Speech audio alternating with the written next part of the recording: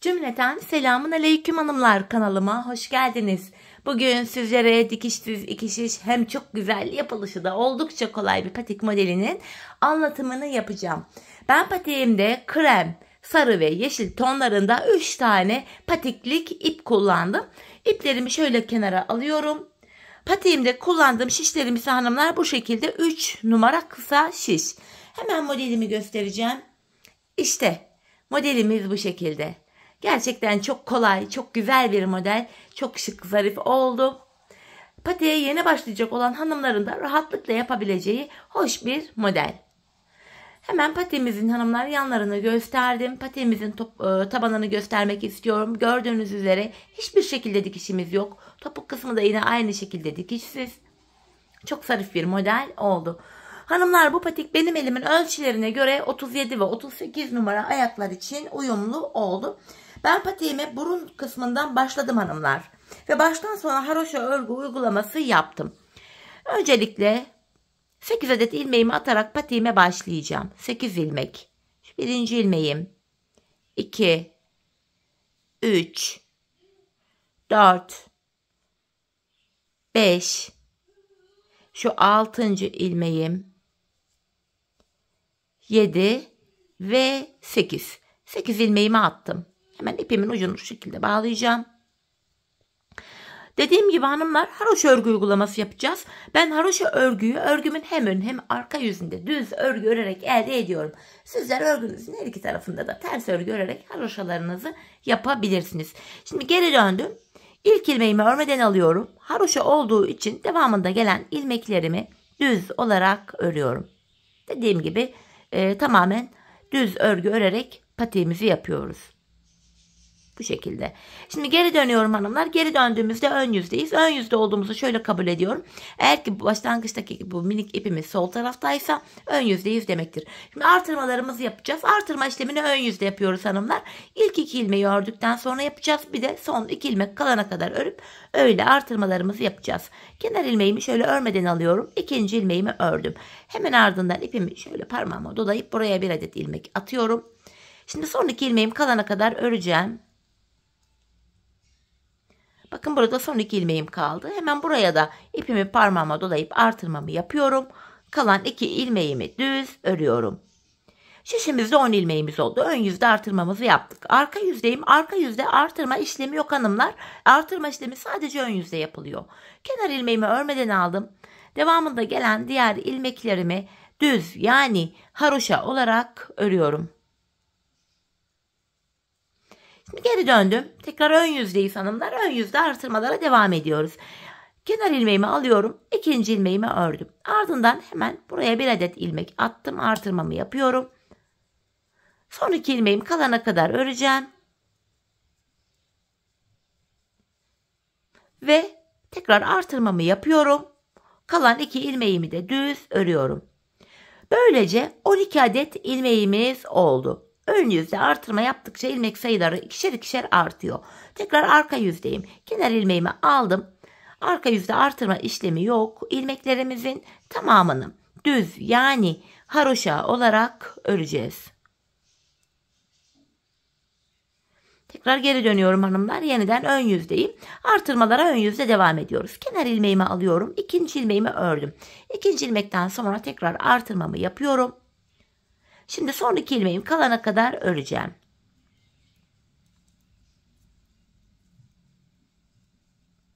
Ve tekrardan bu sol tarafa da artırmamı yapıyorum. Kalan 2 ilmeğimi bu şekilde düz örüyorum. Böylece hanımlar şişimizde sayalım 3, 6, 9, 12, 14 ilmeğimiz oldu. Artırma işlemi böyle devam edecek. Şimdi arka yüzde ilmekleri artırma yapmadan öreceğiz. Ön yüzde artırmalara sizlere tarif ettiğim gibi devam edeceğiz. Hanımlar, ben bu patiğimde şişimde toplamda 26 ilmeğim olana kadar artırmalarımı yaptım. Sonra modelime başladım. Sizler 39-40 numara yapmak istiyorsanız 28 ya da 30 ilmek olana kadar artırabilirsiniz. 36 numara gibi daha küçük numara yapmak isteyenler de 24 ilmek olana kadar artırmalarını yapabilirler. Şimdi hanımlar, hep birlikte artırmalarımızı yapalım gelelim. Ardından birlikte modelimize başlayalım. Evet hanımlar, toplamda 26 ilmeğim olana kadar artırmalarımı yaptım. Arka yüzde de ilmeklerimi haroş olarak ördüm. Tekrar ön yüze geldim. Hemen modelimize başlayacağız. Yeşil ipimi şöyle hazırladım hanımlar. Krem ipime bağlayacağım. Şöyle 2 tane düğüm atıyorum. Yeşil ipimle devam edeceğim hanımlar. Modelimin ön yüzde ilk sırasını yapıyorum. Öncelikle hanımlar, modelime başlarken ilk 3 ilmeğimi yeşil ipimle öreceğim. Hanımlar, ilk ilmeğimi öreceğim. Şimdi ben normalde sonuncu ilmeklerimi ördüğüm için ilk ilmeğimi örmeden alıyordum. İp geçişi olduğu için bu aşamada ilk ilmeğimi yeşil ile örerek başlıyorum. Bu şekilde ilk ilmeğimi ördüm. Ardından hemen yanına 2 tane daha yeşil örüyorum. Kenar ilmeğimden sonra 2 tane daha yeşil ördüm. Kenarda 3 yeşilim oldu. Bir tane kremi örmeden sağ şişimi alıyorum. 2 ilmek yeşilimi düz örüyorum. Bir krem örmeden alıyorum. 2 ilmek yeşilimi örmeden bir kremi örmeden alıyorum. 2 ilmek yeşilimi düz örüyorum. Bir kremi örmeden aldım. 2 ilmek yeşil örüyorum. Kremin birini örmeden aldım. 2 ilmek yeşilimi örüyorum. Bir kremi örmeden alıyorum. 2 yeşilimi ördüm. Bir tane kremi örmeden alıyorum. 2 ilmek yeşilimi ördüm. Bu şekilde hanımlar sıra sonuna kadar gidiyoruz. Yeniden bir kremimi örmeden aldım. Sonuncu ilmeğim yeşil denk geldiği için yeşil ile örüyorum. Şimdi geri döndük hanımlar. Arka yüzdeyim. Arka yüzde kenar ilmeğimi örmeden alıyorum. Hanımlar, ön yüzde örmeden geçtiğimiz krem ilmeklerimizi, ipimizi, arka yüzde yeşil ipimiz yine örmeden alıyoruz. 2 tane yeşil ilmeğimi düz örüyorum yine. Tekrar ipi kendime doğru aldım. Kremimi örmeden sağ şişime alıyorum. 2 yeşilimi düz örüyorum. Yine ip benden tarafta, kremimi örmeden aldım. 2 yeşil ilmeğimi düz örüyorum. Kremimi örmeden alıyorum. 2 ilmek yeşilimi örüyorum. Kremimi örmeden aldım. 2 yeşilimi örüyorum. Kremimi örmeden aldım. 2 ilmek yeşilimi örüyorum. Kremimi yine örmeden sağ şişime aldım. 2 yeşilimi düz örüyorum. Kremimi örmeden aldım. 2 tane yeşilimi ördüm. Arka yüzde kenar ilmeğimi ters olarak örüp sıramı tamamlıyorum. Hanımlar, ön yüzde ve arka yüzde 2 sıra yeşil ipimizle ördük. Her 2 sırada bir ip değişikliği yapacağız. Yeşilden sonra tekrar krem ipimi elime aldım. Kaydırmalı bir model hanımlar, sağa doğru kayarak gidecek. Yine ip geçişi olduğu için ilk ilmeğimi krem ile örüyorum. Hanımlar, bu aşamada model yapacağımız işlem şu. Modeli kaydıracağız. İlk ilmeğimi ördükten sonra bakın burada 2 tane yeşil var. Bu 2 tane yeşilin ilkini örmeden alıyoruz. Bakın ikili ilmeklerimizin ilkini örmeden alıyoruz. Yanına 2 ilmek düz örüyorum. 1, 2. Bakın yine bu ilk yeşilimi örmeden alıyorum. 2 tane krem ilmeğimi örüyorum. İlk ilmeğimi örmeden alıyorum. Yanına 2 tane krem ördüm. Bu ikili ilmeklerimizin ilkini örmeden alıyoruz. Bu ilk yeşilimi örmeden alıyorum. 2 ilmek krem örüyorum. İlk yeşilimi örmeden aldım. 2 tane krem ördüm. İlk yeşilimi örmeden aldım. 2 tane krem ördüm. İlk yeşilimi örmeden alıyorum. 2 tane krem örüyorum. İlk yeşilimi örmeden aldım. 2 tane krem ördüm. Kenar ilmeğimi de hanımlar krem ipimle örüp ön yüzde sıramı tamamlıyorum. Modelimiz 2 sırada yapılıyor hanımlar. Ön yüzde ve arka yüzde kuruluyor. Şimdi arka yüzdeyiz. Arka yüzde kenar ilmeğimi örmeden alıyorum. Krem ilmeklerimi düz örüyorum. İpimi arka yüze doğru aldım. Yeşilimi örmeden alıyorum. Krem ilmeklerimi düz örüyorum. Yeşilimi örmeden sağ şişimi alıyorum. Kremlerimi düz ördüm. Yeşilimi örmeden sağ şişimi alıyorum. Yapacağımız işlem bu hanımlar. Krem ilmeklerimi düz örüyorum. Yeşilimi örmeden şişimi alıyorum. 2 kremimi ördüm. Yeşil ilmeğimi örmeden sağ şişimi aldım. Yine yeşil ilmeğimi sağ şişime aldım. Son kenar ilmeğim kaldı. Bunu da arka yüzde ters olarak ördüm. Tekrar sıramı tamamladım. Bu şekilde hanımlar, bir tanesi yeşil, bir tanesi de krem olmak üzere 2 tane modelimizi yaptık. Şimdi de bir diğer rengimi ekleyeceğim. Sarıyı. Sizler dilerseniz 2 renkli de yapabilirsiniz. Ben biraz daha rengarenk olsun diye 3 ip kullandım. Şimdi tekrardan bu aşamada sarı ipimi ekleyeceğim buraya. Krem ipimi, sarı ipimi şöyle 2 kez bağlıyorum. Kaydırmalı modelimize kaldığımız yerden bu defa sarı ipimiz ile devam edeceğiz. Öncelikle hanımlar yine ilk ilmeğimi öreceğim. Şöyle ip geçişi olduğu için ilk ilmeğimi sarı ipim ile ördüm. Şimdi hanımlar buralardaki ikili krem ilmeklerimiz var. Bu ikili krem ilmeğimin ilkini örmeden alacağım. Hemen yanındaki bir tane yeşilimi de örüyorum. Bakın ikili krem ilmeğimin ilkini örmeden şişime aldım. 2 tane sarımı örüyorum. Hemen 2 tane krem ilmeğimin ilkini örmeden sağ şişime alıyorum. Bu şekilde yapınca modelimiz sağa doğru kayarak gidiyor hanımlar. 2 sarı, 1 krem. 2 ilmek sarı, 1 tane krem. Sıra sonuna kadar bu şekilde devam ediyoruz. Modelimizin hepi topu bu hanımlar. Yine buradaki ikili kremimin ilkini örmeden aldım. 2 ilmek sarımı örüyorum. 1 kremi örmeden aldım. 2 ilmek sarımı ördüm kenardan. Arka yüzdeyiz hanımlar. Arka yüzde yine kenar ilmeğimi örmeden alıyorum. Sarı ilmeklerimi düz örüyorum. Kremimi örmeden sağ şişime alıyorum. Sarı ilmeklerimi düz örüyorum. Kremimi örmeden alıyorum. Sarı ilmeklerimi düz ördüm. Kremimi örmeden alıyorum. Arka yüzde hanımlar yapacağımız işlem bu. İkili ilmeklerimi örmüyorum. Ön yüzde örmeden aldığımız tekli ilmeklerimizi arka yüzde de yine örmeden sağ şişimize alıyoruz. Kenarda son 2 ilmeğim kaldı. İlkini düz örüyorum. Son kenar ilmeğimi arka yüzde olduğum için ters olarak örüyorum. Bu şekilde şimdi ön yüzdeyiz. Şimdi tekrar kremimi alacağım hanımlar. Önce yeşilimi yaptım, ardından krem, sonra sarı, ardından krem. Bu renkli modellerimizin aralarına hep bir tane krem modelimizi yapıyoruz. Tekrardan krem ipimi alıyorum. Modelimi krem ile devam edeceğim hanımlar. Yine ip geçişi olduğu için ilk ilmeğimi krem ipim ile düz ördüm. Bu şekilde. Hemen ardından hanımlar bakın burada ikili sarı ilmeğim var. Oraya kadar bakın öndeki 2 ilmeğimi krem ile örüyorum. Kenarda 3 krem oldu. Bu ikili sarımın ilkini örmeden alıyorum. 2 tane krem örüyorum. Bu bir ilk sarıyı örmeden alıyorum. Modelimizi bu şekilde devam ettiriyoruz. İkili olan ilmeğimizin ilkini örmeden alıyoruz. Yanına 2 tane ilmeğimizi krem ile örüyoruz. Bu şekilde. Bakın burada 2 tane sarım var. İlkini örmeden aldım. İkinci kenar ilmeğimi de krem ipimle düz ördüm. Bu şekilde hanımlar. Şimdi geri döndüm. Arka yüzde yine krem olan ilmeklerimi öreceğim. Kenar ilmeğimi örmeden aldım. Bakın sarıya yine örmeden sağ şişime alıyorum. Hemen önündeki 2 kremimi örüyorum. Sarıyı örmeden aldım. Önündeki 2 kremimi örüyorum. Sarıyı örmeden aldım. Önündeki 2 kremimi örüyorum. Sarıyı örmeden aldım. Önündeki 2 ilmek kremimi örüyorum. Sıra sonuna kadar arka yüzde ilmeklerimizi bu şekilde örüyoruz. Sarımı örmeden aldım. 2 kremimi düz ördüm ve kenar ilmeğimi de ters olarak ördüm. Bu şekilde krem ile modelimizi yaptık. Kremden sonra tekrardan hanımlar yeniden ilk baştaki yeşilimize geçiyoruz. Alttan yeşil ipimi şöyle alıyorum. Yeşilim ile modelime devam edeceğim. Yine ip geçişi olduğu için ilk ilmeğimi yeşilim ile düz örerek başlıyorum. Şöyle baktığımız anda hanımlar hemen önde 2 tane kremim var. İlkini örmeden alıyorum. 2 kremimin yanına 2 tane yeşil örüyorum. İlk kremimi örmeden alıyorum.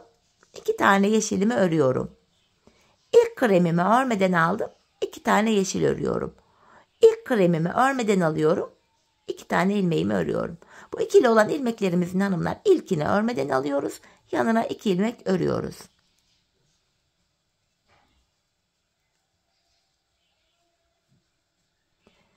Son 3 ilmeğim kaldı. 2 tane yeşilimi ördüm. Son kenar ilmeğimi de düz olarak örüp ön yüzde sıramı tamamladım. Arka yüzdeyim hanımlar. Arka yüzde yine renkli ilmeklerimi, yeşil ilmeklerimi düz öreceğim. Kenar ilmeğimi aldım. 2 yeşilimi düz ördüm. Kremimi örmeden alıyorum. Yeşil ilmeklerimi düz örüyorum. Kremimi örmeden aldım. 2 yeşilimi düz örüyorum. Kremimi örmeden aldım. 2 yeşilimi düz örüyorum. Kremimi aldım. 2 yeşilimi düz ördüm. Kremimi örmeden alıyorum. 2 yeşilimi düz örüyorum. Bu şekilde hanımlar arka yüzde ilmeklerimizi örüyoruz. 2 yeşilimi ördüm. Kremimi örmeden aldım ve son kenar ilmeğimi de ters olarak örüp arka yüzde yeşil modelimi tamamladım. Hemen renkli modelden sonra araya tekrar krem koyuyoruz. Yeşil ile sarının arasına hanımla devamlı bir model krem koyuyoruz. Tekrardan kremimi aldım. Yine ip geçişi olduğu için ilk ilmeğimi krem ile ördüm. Bakın burada 2 tane yeşilim var. Onun öncesinde buradaki bir tane kremimi ördüm. Yeşilimin ilkini örmeden alıyorum. 2 krem örüyorum. Yeşilimin ilkini örmeden alıyorum. Modelimiz hanımlar kaydırmalı böyle ilerliyor. Umarım anlaşılmıştır. Bakın bir yeşilimi örmeden aldım. 2 krem ördüm. Bir yeşil örmeden alıyorum. 2 tane krem örüyorum. Sıra sonuna kadar bu şekilde modelime devam ediyorum. 2 tane ilmeğimi de son 2 ilmeğimi de krem ile ördüm. Şimdi geri döndüm. Arka yüzdeyiz. Arka yüzde yine krem ilmeklerimi haroşa olarak öreceğim. Yeşil ilmeklerimi örmeden sağ şişimi alıyorum. Krem ilmeklerimi örüyorum. Yeşillerimi örmeden sağ şişimi alıyorum. Yine gördüğünüz gibi hanımlar modelimizde sadece haroşadan ibaret. Gayet kolay bir model. 2 sıradan oluşan. Tek önüne dikkat etmemiz gereken nokta şu. Kaydırarak gidiyoruz. Son kenar ilmeğimi arka yüzde ters örüyorum. Geri döndük, ön yüzdeyiz. Şimdi de hanımlar kremi yaptık. Kremden sonra tekrar sarıya geçiş yapacağız. Şöyle sarı ipimi alıyorum. Aynı şekilde sarı modelin kuruluşunda sizlere göstereyim hanımlar. Modelimiz iyice anlaşılsın. İp geçişi olduğu için yine ilk ilmeğimi sarı ile örüyorum. Ardından şu öndeki ilmeklerime bakıyorum hanımlar. Önde bakın burada 2 tane krem var. Bu 2 kremin ilkini örmeden alacağız. Fakat onun öncesinde 2 tane daha ilmeğimi sarı ile ördüm. Şimdi bakın 2 krem ilmeğimin ilkini örmeden alıyorum. 2 ilmek sarı örüyorum. Bir kremi örmeden alıyorum. 2 tane sarı örüyorum. 2'li krem ilmeğimin ilkini örmeden alıyorum. 2 tane sarı örüyorum. Modelimiz böyle yapılıyor. 2 sarı, 1 kremi örmeden aldım. 2 sarı, 1 kremi örmeden aldım. Son kenar ilmeğimi de sarı ipimle örüyorum. Gördüğünüz gibi hanımlar modelimiz de kendini göstermeye başladı yavaş yavaş. Arka yüzdeyim.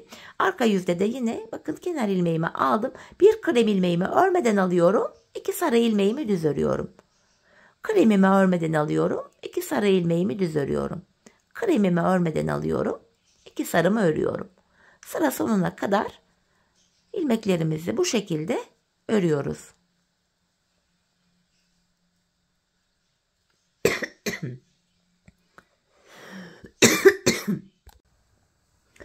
Ay kusura bakmayın kızlar, bir öksürük tuttu, özür dilerim ve videoyu kestim, devam ediyorum. Yine kremimi örmeden aldım. Buradaki 2 tane sarı ilmeğimi örüyorum. Sonuncu sarı ilmeğimi de yine ters olarak örüp arka yüzde sıramı tamamlıyorum. Gördüğünüz gibi hanımlar modelimiz bu şekilde ilerliyor. Sarıdan sonra tekrar krem yapacağız. Bu renkli sarı ve yeşilin arasına devamlı bir tane krem model yapacağız. Sonra sırasıyla renkli iplerimizle devam edeceğiz. Modelin kurulumu bu şekilde olacak. Hanımlar ben patiğimi toplamda hemen sayalım. Yeşilden itibaren saymaya başlayalım. 1, 2, 3, 4, 5, 6, 7, 8, 9, 10. 11, 12, 13 tane bu modelimden kurdum. Bu renkli yaptıklarımı saydım. 13 tane model kurdum. Hanımlar bu benim elimin ölçülerine göre tam geldi. Sizler bu aşamada ayağınıza ölçerek yapın hanımlar. Ölçü alarak yapın. Şöyle ki bakın patiğinizi şöyle ayağınızın burnuna tutacaksınız. Çünkü ölçü alarak yaparsanız patiğiniz tam olur. Bakın. Ayağınızın burnundan itibaren burayı tutacaksınız. Bu bilek bölümüne kadar mı yapacaksınız? Daha kısa mı yapacaksınız? Artık bu tamamen sizin zevkinize bağlı, değişiklik gösterebilir.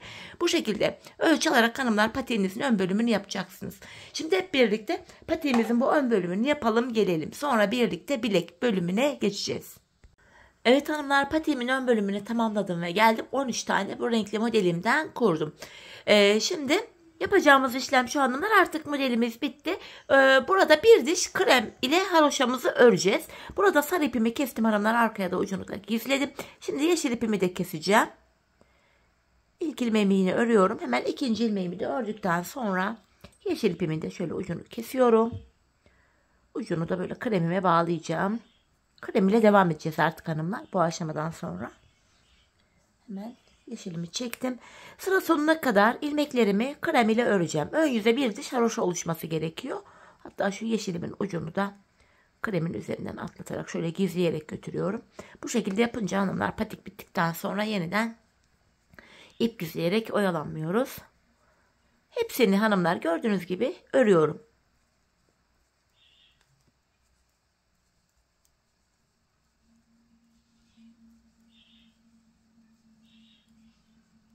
Sonuncu ilmeğimi de yine ördüm. Geri dönüyorum.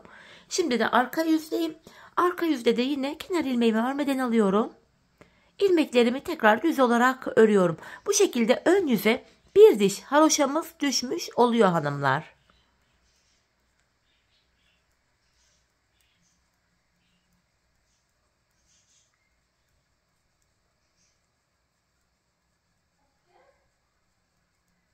Sonuncu ilmeğimi de yine ördüm. Tekrar geri dönüyoruz. Bakın. Ön yüzünü böyle tamamladık. Şimdi bilek bölümünü yapacağız. Bilek bölümü için hanımlar kesimlerimizi yapacağız. Öncesinde sağ kenara 9 adet ilmeğimi öreceğim. Kenar ilmeğimi aldım. 1, şu ikinci ilmeğim. 3, 4. Devam ediyorum. 5, 6, 7, 8, 9. Kenar ilmeğimle birlikte toplam 9 adet ilmeğimi ördüm. Şimdi orta kısımda kesimler yapacağım hanımlar. 8 ilmeğimi keseceğim. Bakın ilmekleri ikişer ikişer toplayarak kesiyorum. İlk kesimimi yaptım. Şu ikinci kesimim. Şu 3, 4, 5, 6, 7 ve bir ilmek daha kesiyorum. 8. 9 ilmek ördükten sonra arada 8 ilmeğimi kestim. Burada da hanımlar 9 ilmeğimiz kalıyor. Sol kenarda 4, 8 bir de şişimdeki ilmeğim 9. Burada da 9 ilmeğimiz kalıyor. Şimdi bu aşamada hanımlar öncelikle patiğimizin bu sol kenarını yapacağız. 9 ilmek üzerinden haroşalarımızı öreceğiz hanımlar. İlk ilmeğimi alıyorum. Yine ilmeklerimi bu 9 ilmek üzerinden haroşa olarak örüyorum. Şimdi geri dönüyorum. Şimdi hanımlar bu sağ taraftaki ilmekler bekleyecek. Dediğim gibi önce sol kenarımızı yapacağız. Şimdi yine kenar ilmeğimi aldım. Buradaki 9 ilmek haroşamı örüyorum. Tekrardan geri döneceğiz hanımlar. 9 ilmek üzerinden bu bölümü haroşa yapmaya devam edeceğiz. Ben bu kenarımızı hanımlar bu ilk diş haroşamızı patiğimizin ön kısmında yapmıştık. Bakın burada bir diş haroşamız oldu. Şimdi bu şekilde 9 ilmek üzerinden ben 9 diş haroşamı ördüm. Şimdi hep birlikte buraya 9 diş haroşamız olacak kadar örelim gelelim, sonra artırmalara başlayalım. Evet hanımlar, burada 9 diş haroşam olana kadar ördüm. Sayalım şu ilk haroşadan hariç: 1, 2, 3, 4, 5, 6, 7, 8, 9. Şimdi artırmalara başlayacağız. Artırmalarımızı bu bilek kenarından yapacağız hanımlar. Öncelikle kenar ilmeğimi alıyorum. Hemen önünde ilmeğim var. Bu haroşa kısmına şöyle şişimle giriyorum. Buradan aldığım ilmeğimi düz ördüm. Artırmamı buradan yapıyorum. Sonra sırasıyla diğer ilmeklerimi düz olarak örüyorum. Artırma işlemini ön yüzde yapıyoruz hanımlar. Böylece şişimizde 10 ilmeğimiz oldu. Bir ilmek artırdık. Şimdi geri dönüyorum. Arka yüzdeyiz. Arka yüzde artırma işlemi yok. Bakın kenar ilmeğimi örmeden aldım. İlmeklerimin tamamını arka yüzde haroşa olarak örüyorum. Sadece ön yüzde artırma yapıyoruz. Sonuncu ilmeğimi de yine ördüm. Bakın ön yüzdeyiz. Artırmalara devam edeceğiz. 14 ilmek olana kadar kenar ilmeğimi alıyorum. Hemen önündeki haroşa ilmeğimi, bakın şu haroşa bölümüne, şu önüne şişimi takıyorum. Buradan aldığım ilmeğimi de düz ördüm. Diğer ilmeklerimi de yine haroşa olarak örüyorum. Böylece hanımlar şişimizde 11 ilmeğimiz oldu. Ön yüzde ilmek sayısı birer birer artıyor. Şimdi geri döndüm, arka yüzdeyim. Yine arka yüzde ilmeklerimin tamamını haroşa örüyorum.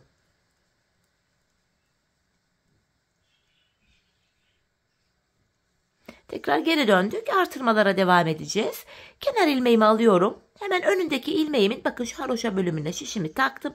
Buradan aldığım ilmeğimi de düz örüyorum. Diğer ilmeklerim yine düz örülüyor. Böylece 12 ilmeğimiz oluyor. Sayalım: 5, 6, 7, 8, 9, 10, 11, 12, 14 olana kadar bu işleme devam ediyoruz hanımlar, artırma işlemine. Arka yüze yine ilmeklerimi haroşa olarak örüyorum.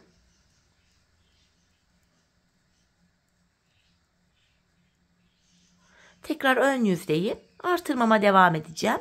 Kenar ilmeğimi aldım. Hemen önündeki ilmeğimin şu kenarına şişimi takıyorum. Buradan aldığım ilmeğimi de düz ördüm. Diğer ilmeklerim yine haroşa, yani düz olarak örülüyor. Şimdi de 13 ilmeğimiz oldu şişimizde.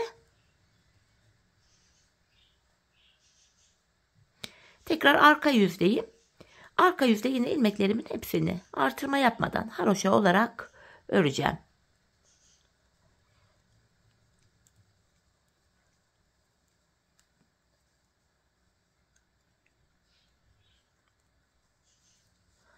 Tekrar geri döndük hanımlar. Son kez artırma yapacağız. Bu sıramızda da artık 14 ilmeğimiz olacak. Şu kenar ilmeğimi alıyorum. Hemen önündeki ilmeğimi şu haroşa bölümüne şuraya şişimi takıyorum. Buradan aldığım ilmeğimi de yine ördüm. Artırmamı yaptım. Kalan ilmeklerimi yine haroşa olarak örüyorum. Hanımlar böylece 14 ilmeğimiz oldu. Artık artırma işlemi yapmayacağız.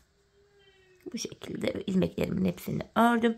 Tekrar arka yüzdeyim. Arka yüzde yine ilmeklerimin tamamını haroşa olarak örüyorum.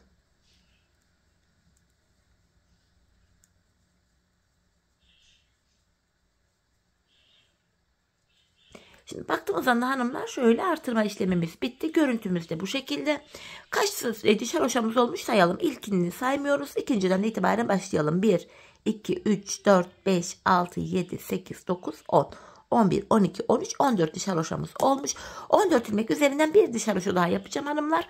15 diş haroşam olacak. Çünkü benim ölçülerime göre 15 diş haroşa tam geldi. Hanımlar birazdan şimdi 15. haroşamı da yapınca sizlere nasıl ölçü alacağınızı anlatayım. Ölçü alarak yapın hanımlar.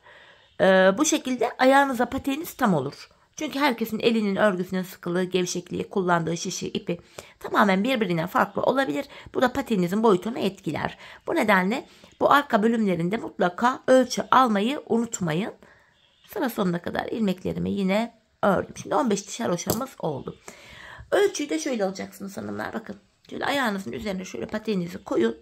Bu yan bölümünü şu şekilde getirin. Bakın ben bu şekilde ölçümü aldım. Esneterek ölçü alıyoruz. Çünkü haroşa esnek bir örgü türüdür. Bakın topuğumun kenarına kadar geldim. Siz bu aşamada hanımlar belki daha fazla yaparsınız. Ayağınız daha büyüktür. 14 ilmek üzerinden haroşalarınıza devam etmeniz gerekiyor. O şekilde yaparsanız patiğiniz ayağınıza tam olur. Şimdi 15 diş haroşamı da tamamladığıma göre artık buradaki ilmeklerimi ikişer ikişer keseceğim. Bakın şöyle. Gevşek bir kesim yapalım hanımlar. Patiğimizin topuğunu yaparken bu kesim yaptığımız yerlerde ilmek görüntüsü oluyor. Oralardan tekrar ilmekler çıkartıyoruz. Bakın buralarda. Rahat ilmek çıkartabilelim diye bu sol kenarda böyle ön yüzde kesimimizi yapıyoruz hanımlar.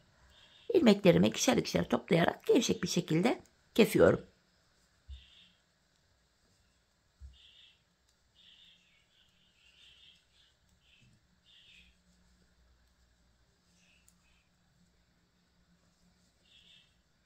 Son bir ilmeğim kaldı. Bunu da aldım. İkisini birlikte keserek ördüm. En son buraya bir tane de şöyle zincir çekip böyle düğüm atacak kadar şöyle bir miktar ip bırakıp ipimi kesiyorum. Bu şekilde patiğimizin sol kenarını tamamladık. Şimdi sağ kenarı yapacağız hanımlar. İpimi sağ kenardan ekleyerek başlayacağım. Arka yüzden başlayacağız hanımlar bu bölümde de örmeye. Hemen arka yüzdeyim şu anda. Bakın ilk ilmeğimi örüyorum.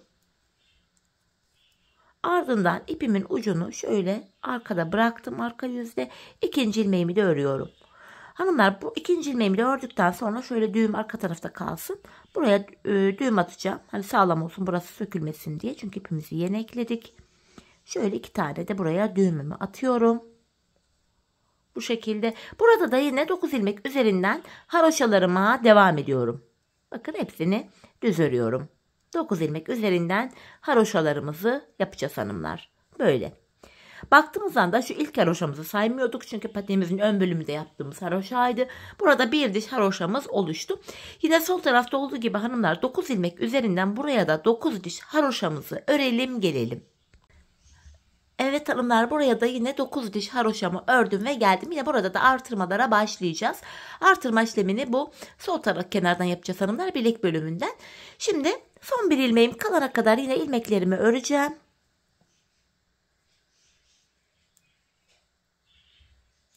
Bakın son bir ilmeğim kaldı. Ardından bu en son ördüğüm ilmeğimin önündeki şu haroşalı bölüme giriyorum. Buradan aldığım ilmeğimi düz örüyorum. Bakın artırmamı yaptım.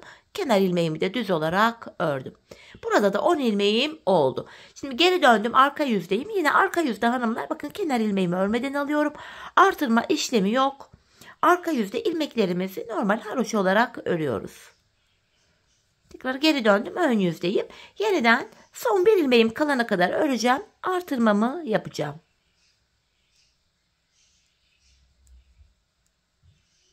Bakın son bir ilmeğim kaldı. Bu en son ördüğüm ilmeğin önündeki şu haroşalı bölüme giriyorum. Buradan aldığım ilmeğimi de düz ördüm. Sonuncu ilmeğimi de düz örüyorum. Şimdi de 11 ilmeğim oldu şişimde. Geri dönüyorum. Yine arka yüzde artırma işlemi yapmadan ilmeklerimi haroşa olarak örüyorum.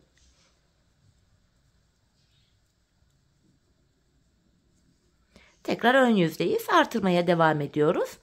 Yeniden son bir ilmeğim kalana kadar öreceğim. Bakın son bir ilmeğim. Hemen ördüm. En son ördüğüm ilmeğin önündeki bu bölüme giriyorum. Buradan aldığım ilmeğimi de ördüm. Sonuncu ilmeğimi de düz örüyorum. Şimdi de 12 ilmeğimiz oldu. Arka yüzde yine 12 ilmeğimin hepsini haroşa olarak örüyorum. Burada da yine 14 olana kadar artıracağız hanımlar. Tekrar ön yüzdeyim. Yeniden son bir ilmeğim kalana kadar öreceğim.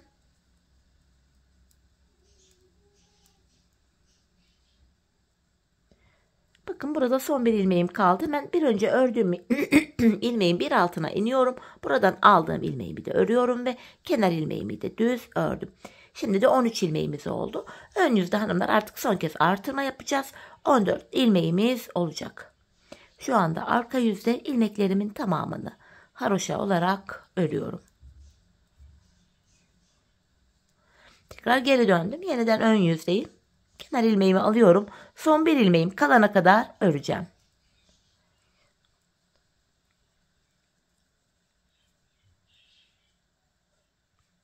Ve en son ördüğüm ilmeğin önüne giriyorum. Buradan aldığım ilmeğimi de düz ördüm. Sonuncu ilmeğimi de düz olarak örüyorum. Böylece 14 ilmeğimiz oldu hanımlar. Arka yüzde 14 ilmeğimizin tamamını yine haroşa olarak öreceğim.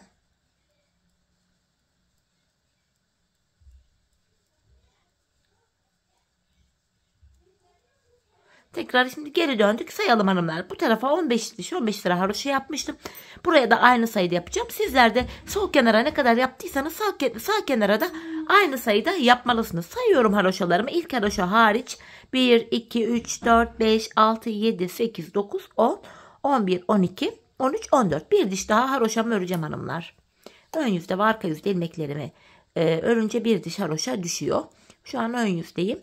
İlmeklerimi yine öreceğim. Sol kenarda hanımlar ön yüzde kesim yapmıştık. Sağ kenarda da arka yüzde kesimimiz yapacağız ki kesimden sonra ipimiz bu bilek tarafında değil de bu tarafta kalmalı. Bu nedenle. Şimdi arka yüzdeyim, yine ilmeklerimi haroşa olarak örüyorum. Böylece ön yüzde 15 diş haroşamız oluyor hanımlar bu şekilde. Şöyle geri döndük. 15 diş haroşamız oldu. Bu bölümde arka yüzde kesim yapacağımız için hanımlar öncelikle ön yüzde tekrar 14 ilmeğimi öreceğim. Geri dönüşte de arka yüzde ilmeklerimi keseceğim. Sol kenarda ön yüzde kesim yaptık. Sağ tarafta da arka yüzde kesim yapıyoruz. Sebep ipimiz kenarda kalsın diye. Bakın sonuncu ilmeğimi ördüm. Geri dönüyorum ve arka yüzdeyim, ilmeklerimi keseceğim. İlmeklerimi yine ikişer ikişer toplayarak kesiyorum. Tekrar gevşek bir kesim yapalım hanımlar. Dediğim gibi topuk bölümünü yaparken buralardaki kenar ilmek yerlerinden ilmekler çıkaracağız çünkü. İkişer ikişer ilmeklerimi bu şekilde toplayarak kesimimi yapıyorum.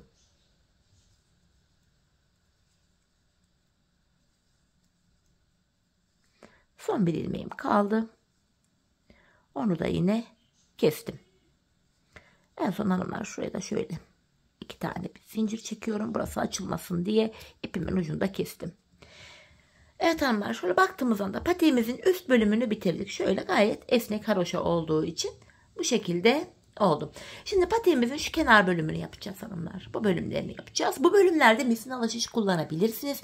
Fakat ben misinalı şişleri kesinlikle rahat kullanamıyorum. Bu nedenle normal böyle kısa şişlerle patiğimin arka bölümünü yine yapacağım, yardımcı şişlerle.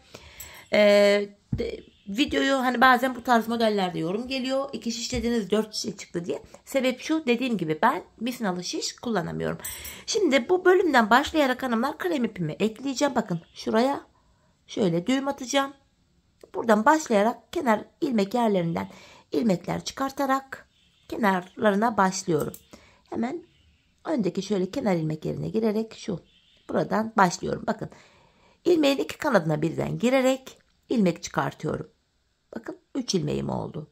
Düğümümüz arkada kalsın. Sırasıyla bakın şu 4. ilmeğim, şu 5, 6, 7, 8, 9, 10, 11, 12, 13, 14, 15, 16. 16 ilmeğimizi kenardan çıkarttık. Bakın hanımlar, burada bir yeşil, bir krem, bir sarı, bir krem renkli kenar ilmek yerlerimiz var. Hepsine sırasıyla girerek ilmeklerimizi çıkaracağız. En son burada kaç ilmeğim olmuştu? Konuşacağım diye unuttum. 4, 8, 12, 16. Devam ediyorum. Bakın 17. Sırasıyla kreme girdim. 18. Sarıya girdim. 19, 20, 21, 22, 23, 24, 25, 26, 27, 28, 29, 30, 31, 32, 33, 34, 35, 36, 37, 38, 39, 40. Devam ediyorum. Şu 41, 42, 43, 44, 45, 46, 47, 48, 49 ve 50. Buradan 50 adet ilmek çıkarttım. Şimdi hanımlar, bir diğer şişime burun kısmından ilmekler çıkartacağım. Patiğimizin burun kısmına 8 ilmek olarak başlamıştık. 8 ilmek başladığım yerden yine 8 ilmek çıkaracağım. Hemen şu başlangıç yerlerine girerek bakın şöyle şişimi takıyorum. Buradan bir ilmek çıkarttım. Hanımlar, başlangıç yerinde ilmeğin iki kanadına birden girerek ilmek çıkartıyoruz. Bakın şu ikinci ilmeğim oldu. Şu üçüncü ilmeğim. Şu 4, 5, 6. Şu kenarımız var. Burası biraz sık olacak hanımlar. Hemen tığımdan yardım alacağım bu bölümlerde. Şöyle. Şurası 6. ilmeğim. Ve şu kenara bir daha girerek son kez ilmek çıkartıyorum. Buradan da 8. Toplamda 8 ilmek başladığımız yerden buraya 8 ilmek çıkarttık. Şimdi bu kenarımıza geçiyoruz hanımlar. Bu karşı tarafa 50 ilmek çıkartmıştım. Bu kenarıma da yine 50 adet ilmeğimi çıkaracağım. Sıradaki kenar ilmek yerlerine girerek bakın ilmek çıkartıyorum. 1, 2, 3, 4. Bakın ilmeğin iki kanadına birden giriyorum. 5, 6, 7, 8, 9. 9 ilmek çıkarttım. Şimdi hanımlar, bakın bu aşamada burada ip geçiş yerlerimiz vardı. Karşı tarafta bir tane sarı, bir tane yeşil, bir tane krem olan kenar ilmek yerleri burada ikişer tane görünüyor. Buralarda hani ben sonuncu ilmeklerimi ördüğüm için ilk ilmeklerimi örmeden alıyordum. Fakat bu bölümde ip geçişi olduğu için ilk ilmeklerimizi ördük. Kenar ilmek yerleri fazla görünüyor. Fakat biz fazla ilmek çıkartmayacağız. Buralardan da her renkten bir tane ilmek çıkartacağız. Her renkli bölümden birer tane ilmek çıkartarak yapacağız. Burada 9 tane ilmeğim olmuştu. Yeşil olan yere giriyorum. Bakın ilmeğin iki kanadına birden girdim. Bir ilmek çıkartıyorum buradan. Burası düğümlü yer olduğu için ipin ucunu bağlamıştık, biraz sert. Bir ilmek çıkarttım. Şimdi 10 ilmek oldu. Devam ediyorum. Krem olan yere giriyorum hanımlar. Bakın kremli yere giriyorum. Ya buraları ben niye çok sıkmışım? Örerken bayağı bir sıkmışım. Bakın yine sırasıyla tığımdan yardım alarak ilmeğimi çıkarttım. 11 ilmek oldu. Sarı olan bölüme giriyorum. 12. Sayalım, doğru mu gittik? Evet, 12. Tekrardan kremli bölüme giriyorum. İlmeğimi çıkartıyorum. 13. Hemen yanında yeşil var. 14. Tekrar krem olan yer var. 15. Şurası 16. Bakın bir tane sarıdan çıkarttım. 16. Tekrar burada krem. Arada kaybolmuş. Unutmadan gidiyoruz hanımlar. Şurası 17. Yeniden yeşil olan bölüme girdim. 18. Yeniden sayalım. Böyle yaparken ilmek sayılarını da unutuyorum. Eşit olmalı ilmek sayıları. 5, 10, 15, 18 ilmeğimiz olmuş. Kreme girdim 19. Sarıya girdim 20. 21. Bu şekilde hanımlar devam ediyoruz. Yeniden yeşil olan bölümden ilmek çıkartacağım. Bakın 22. Krem olan bölüme girip ilmeğimi çıkartıyorum. 23. Böyle hanımlar sıra sonuna kadar 50 adet ilmeğimizi çıkaracağız. Bu şekilde. Ve sıra sonuna kadar bu bölümden de yine 50 adet ilmeğimiz olana kadar çıkaralım gelelim. Evet hanımlar, bu bölümde de 50 tane ilmeğimi çıkarttım. Şimdi geri döneceğiz hanımlar. Bu bölümlere bakın. Model üzerinde göstereyim. Haroşa örgü uygulaması yapacağız. Yine ön yüzde ve arka yüzde ilmeklerimizi düz öreceğiz. O şekilde haroşamızı oluşturacağız. Yine bu bölümde bakın hanımlar, arka yüzdeyiz. İlk ilmeğimi aldım. Örmeden aldım. İlmeklerimi böyle düz olarak örüyorum. Ön yüze hanımlar bu şekilde haroşa düşüyor. İlmeklerimin tamamını bu şekilde düz örüyorum. Kenar bölümüne geçtik hanımlar. Haroşa örmeye devam edeceğiz buralarda da.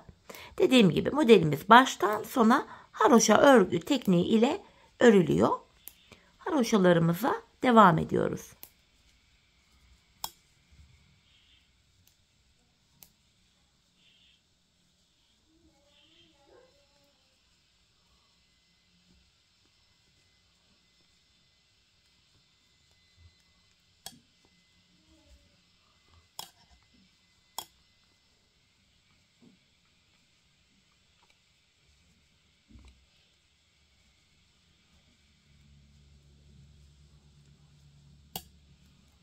Evet, ilk şişimdeki ilmeklerimin tamamını ördüm hanımlar. Bakın buraya bir diş haroşa düştü.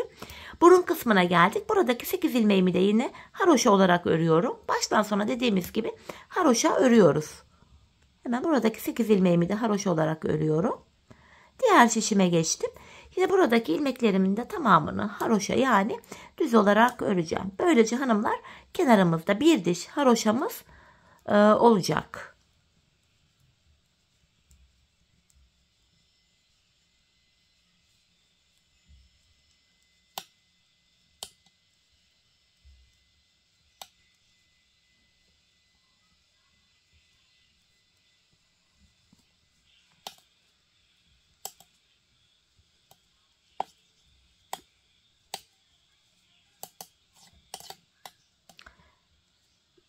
Şişlerden de ses geliyor. Haroşalarıma devam ediyorum. Tamamen düz örgü örüyorum. Haroşayı ters örenler hanımlar bu bölümlerde tamamen ters örgü uygulaması yapacaklar. Ben düz olarak rahat örebildiğim için haroşalarımı düz olarak örüyorum. Evet, sonuncu ilmeğimi de yine ördüm. Hanımlar şöyle baktığımız anda bu kenarımızda, şu kenarlarımızda şöyle bir diş haroşamız oluştu. Ben bu patiğimin şu kenarına hanımlar bakın buraya 4 diş haroşa ördüm. 1, 2, 3, 4. İlk diş haroşamızı bu şekilde yaptık. Şimdi buraya 3 diş haroşa daha örelim. Toplamda 4 diş haroşa olması gerekiyor. Haroşalarımız hanımlar bu kenarımızda. Tamamlayalım gelelim. Ardından patiğimizin tabanına başlayalım birlikte. Evet hanımlar, patiğimin bu kenarında bakın 4 diş haroşam olana kadar bu kenarlarımı ördüm geldim. Şimdi patiğimizin burnundan başlayarak tabanımızı örmeye başlayacağız. Öncesinde hanımlar bu ilk şişimde 50 adet ilmeğim vardı. Bu ilk 50 ilmeğimi öreceğim. Sonrasında burun kısmına geldiğimiz anda da patiğimizin tabanına başlayacağız. Yine buradaki ilmeklerimi gördüğünüz gibi haroşa yani düz olarak örüyorum.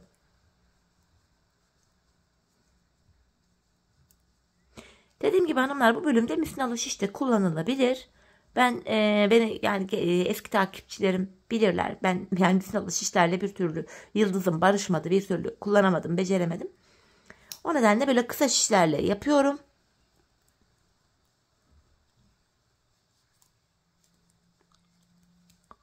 Devam ediyorum yine ilmeklerimin tamamını, ilk şişimdeki ilmeklerimi böyle düz olarak örüyorum. Yani haroşa olarak. Haroşayı ters örenler hanımlar baştan sona ters örgü olarak patiklerini örebilirler.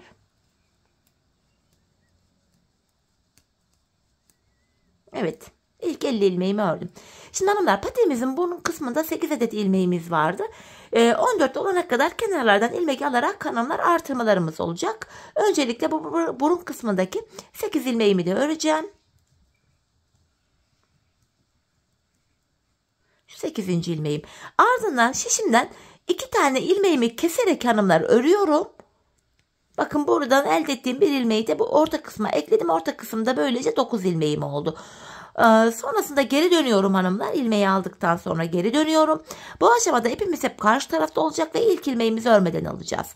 İkinci ilmeğimi düz örüyorum. Üçüncü ilmeğim 4, 5, 6, 7, 8, 9 ilmeğimi ördüm. Sonra bu diğer şişimden de yine 2 tane ilmeğimi keserek örüyorum. Bu ilmeğimi de orta kısma ekledim. Orta kısımda böylece 10 ilmeğimiz oldu. Sonra tekrar geri dönüyorum. Yine ipim karşı tarafta ve ilk ilmeğimi örmeden alıyorum. İkinci ilmeğimi ördüm. Üçüncüyü, dördüncü, beşinci ilmeğim, 6, 7, 8, 9, 10. Ardından yine şişimden 2 adet ilmeğimi keserek örüyorum. Buradan aldığım ilmeğim yine orta kısma eklendi.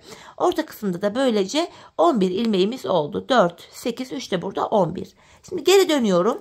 Yine ipim karşı tarafta. İlk ilmeğimi örmeden aldım. Bu orta kısımdaki 11 ilmeğimi öreceğim.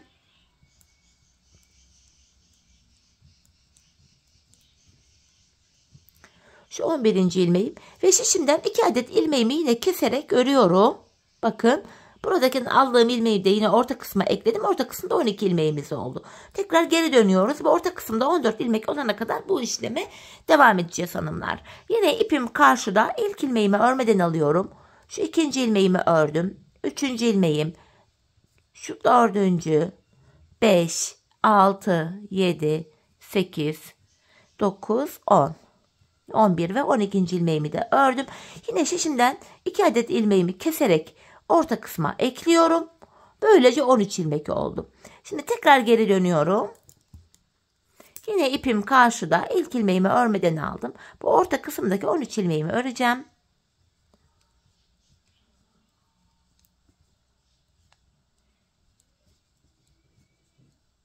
Şu 13. ilmeğim ve şişimden 2 adet ilmeğimi keserek yine orta kısma ekliyorum. Böylece bu orta kısımda hanımlar 14 ilmeğimiz oldu.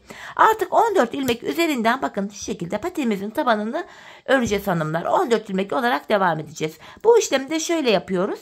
Yine bu aşamada ipimiz hep karşıda oluyor ve ilk ilmeğimizi örmeden alıyoruz. Burada ilk 13 ilmeğimi öreceğim hanımlar. Yani tabanımda son 1 ilmek kalana kadar öreceğim.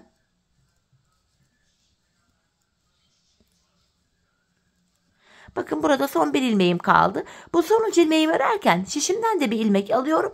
İkisini birlikte keserek örüyorum. Tabanımız bu şekilde 14 ilmek olarak kalıyor.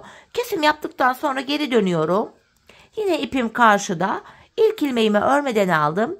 Buradaki ilk 13 ilmeğimi öreceğim. Yani tabanımda son 1 ilmeğim kalana kadar öreceğim hanımlar.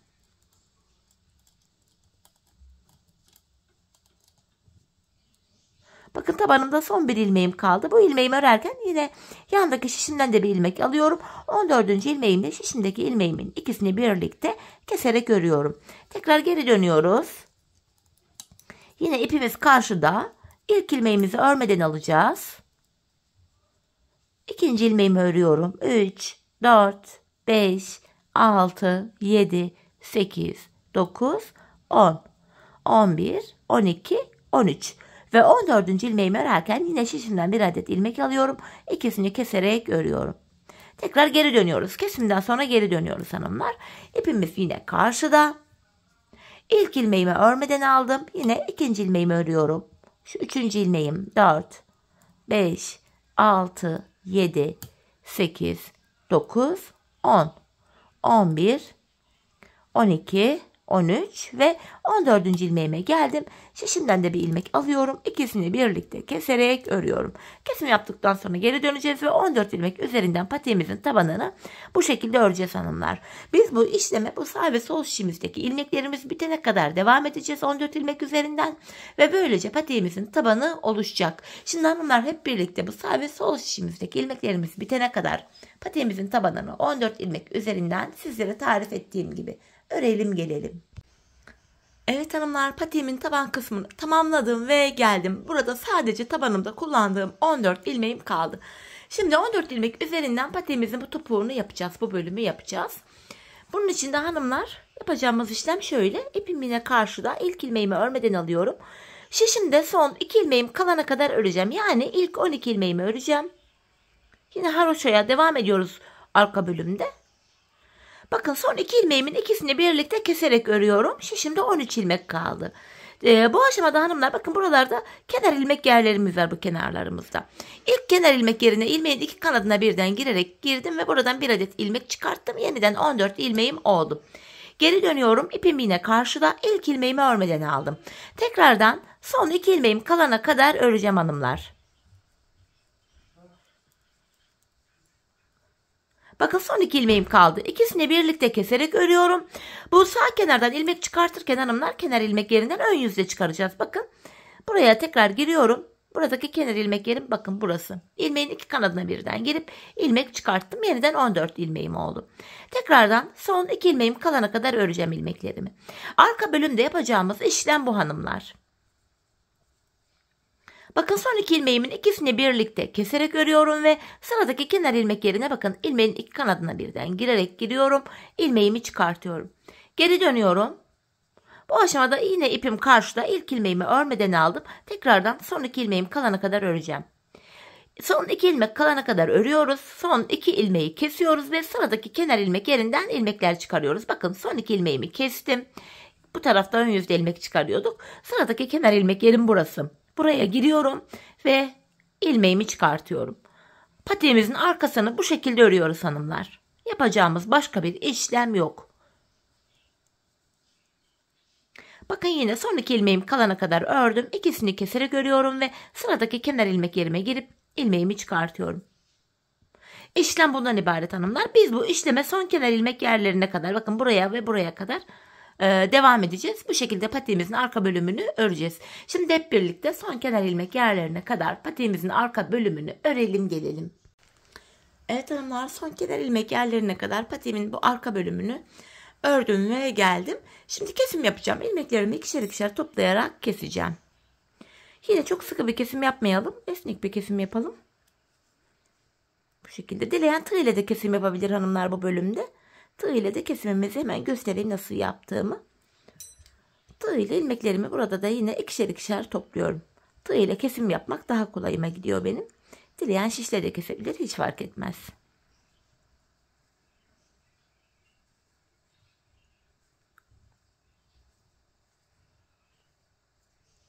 Bir ilmeğim kaldı, onu da kesiyorum ve hemen dibine batarak burada tümsek görüntü oluşmasın diye bir sık iğne yöntemi yapıyorum. Bir tane zincir çekip ipimi de kestim hanımlar. Normalde patiğimizi bitirdik. Bir de kenar oyamız var ama önce ona başlamadan önce hemen şu ipimizi arka ilmek aralarından geçirerek şöyle güzelce gizliyorum.